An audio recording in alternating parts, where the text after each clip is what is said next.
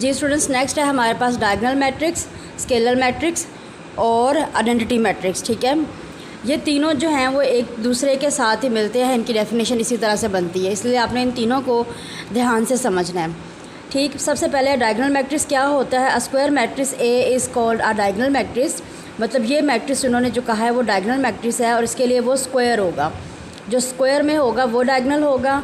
और if it least any one of the entries its diagonal is not zero. ठीक है, मतलब उसमें से कोई एक एंट्री ऐसी होगी जो ज़ीरो नहीं होगी, तब वो डायगोनल मैट्रिक्स होगा। अब वो किस तरह से होगा ये देखिए, हम इसको करते हैं अपनी कॉपी के ऊपर सॉल्व।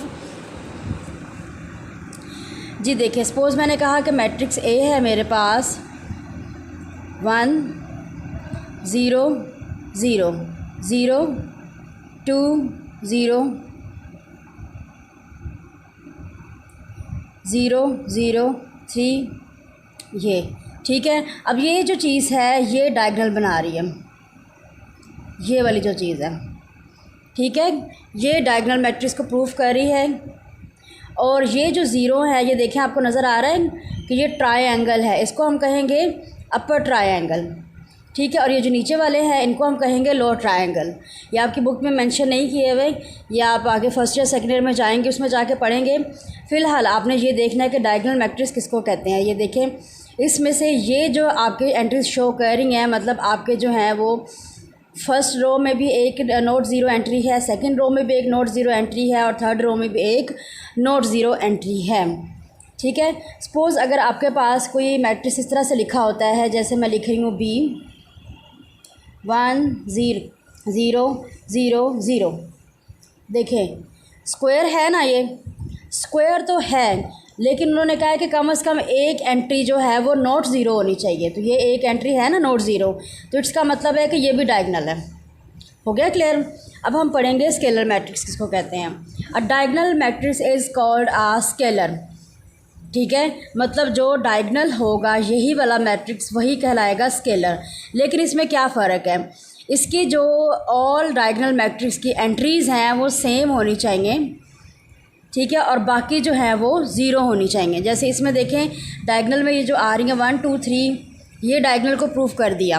अब मैं यहाँ पे एक लिख रही हूँ डायगोनल मैट्रिक्स।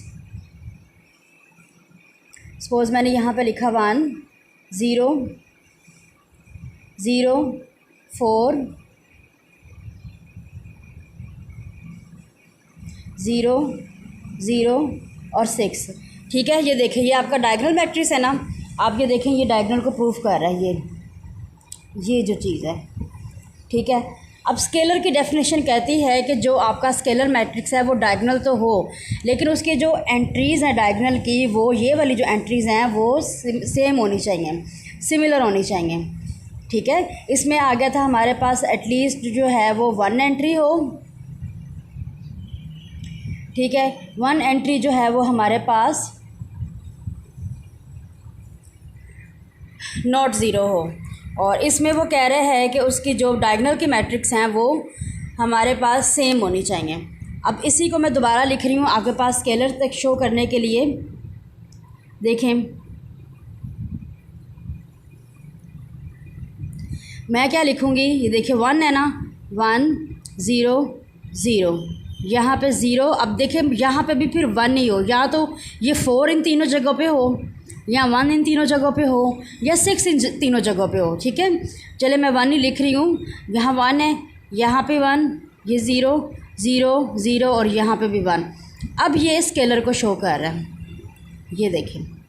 ठीक है, अब ये डायगोनल भी है और स्केलर भी है। अगर ये सिर्फ देखेंगे, ये सिर्फ डायगोनल है। और ये स्केलर की डेफिनेशन कहती है कि स्केलर मैट्रिक्स जो है वो डायगोनल मैट्रिक्स होगा, लेकिन उसकी जो डायगोनल एंट्रीज़ होंगी वो सिमिलर होंगी, सेम होंगी। ये देखें, ये सेम है। ठीक हो गया। अब आ जाएं आप आइडेंटिटी मैट्रिक्स तरफ। अब वो आइडेंटिटी कह रही है कि ये डायगोनल और स्केलर दोनों मिला के आइडेंटिटी मैट्रिक्स बनते हैं। ठीक है, किस तरह से। A diagonal matrix is called identity matrix if all diagonal entries are 1, it is denoted by I. ठीक है, वो जिन दोनों को बना के वो आइडेंटिटी तो बन रहा है, लेकिन उसकी जो एंट्रीज़ हैं वो अंदर वो सिर्फ़ और सिर्फ 1 होनी चाहिए। ठीक है, जैसे मैं अगर आपका लिखती हूँ, सपोज़ मैं आपको तीनों एग्जांपल्स दोबारा से शो करती हूँ। मैंने यहाँ पे लिखा a इक्वल टू 1 1 नहीं 4 से लिख रही हूँ मैं, 4 0 0। ठीक है, यहाँ मैंने लिखा 0 3 0 0 0 6। ठीक है, ये देखिए ये जो एंट्री है ये आपकी पहली कंडीशन को पूरी कर रही है, ये डायगोनल हो गया। ठीक, अब अगर मैं स्केलर बनाती हूँ इसके आगे, स्केलर बनाने के लिए क्या ज़रूरी है, यहाँ 4 है मेरा, यहाँ 4 0 0 0 4 0 0 0 और 4। ठीक है, ये देखें ये डायगोनल भी है और सेम एंट्रीज़ भी हैं, ये सेम है ना आपके पास, तो ये मेरी स्केलर की कंडीशन को पूरा कर रही हैं। लेकिन अब वो क्या कह रहे हैं कि आइडेंटिटी मैट्रिक्स जो है, एक तो हम उसको डिनोट करते हैं हमेशा आई से, दूसरा उसके अंदर जो एंट्रीज़ हैं वो सिर्फ 1 होनी चाहिए और बाकी 0 होनी चाहिए। किस तरह से, इसी को मैं अगर लिखती हूँ, देखें 1 0 0 0 1 0 0 0 1 और ये ब्रैकेट क्लोज। अब ये देखें ये डायगोनल भी हो गया, स्केलर भी हो गया और आइडेंटिटी भी हो गया। ऐसे ही है ना, क्योंकि इसकी डेफिनेशन क्या कहती है आइडेंटिटी मैट्रिक्स की, ये देखें, a diagonal matrix is called identity matrix if all diagonal entries are 1। ठीक है, आइडेंटिटी की जो डेफिनेशन है वो हमें ये कहती है कि जो आइडेंटिटी मैट्रिक्स होगा वो हमारे पास स्केलर भी होना चाहिए और डायगोनल भी होना चाहिए। ये देखिए उन्होंने साथ नोट भी दिया हुआ है, the scalar matrix and identity matrix are diagonal matrix. ठीक है, every diagonal matrix is not a scalar और आइडेंटिटी। ऐसे ही है ना, मतलब जितने भी डायगोनल होंगे वो ना तो स्केलर होंगे ना ही आइडेंटिटी होंगे, क्योंकि स्केलर की जो हमें डेफिनेशन है वो कहती है कि उसके अंदर वैल्यूज़ सेम होनी चाहिए, जबकि डायगोनल के अंदर वैल्यूज़ जो हैं वो ये देखें ये सेम नहीं आती, 1 2 3 आ रहा है। ठीक है, स्केलर कहता है कि उसकी जो अंदर एंट्रीज़ हैं वो सेम होनी चाहिए, जैसे देखें 2 2 2। ठीक है, 3 3 3। और आइडेंटिटी हमें कहती है कि इसके अंदर जो एंट्रीज़ हैं वो 1 होनी चाहिए, ओनली 1 1 1 1। ठीक है, और हम इसको इसकी वो भी होंगी कंप्लीट, इसकी रोज़ और कॉलम्स भी सेम हो गए आइडेंटिटी के, जैसे 3/3 2/2 और 1/1 या 4/4। ठीक है, समझ आ गई स्टूडेंट्स आपको।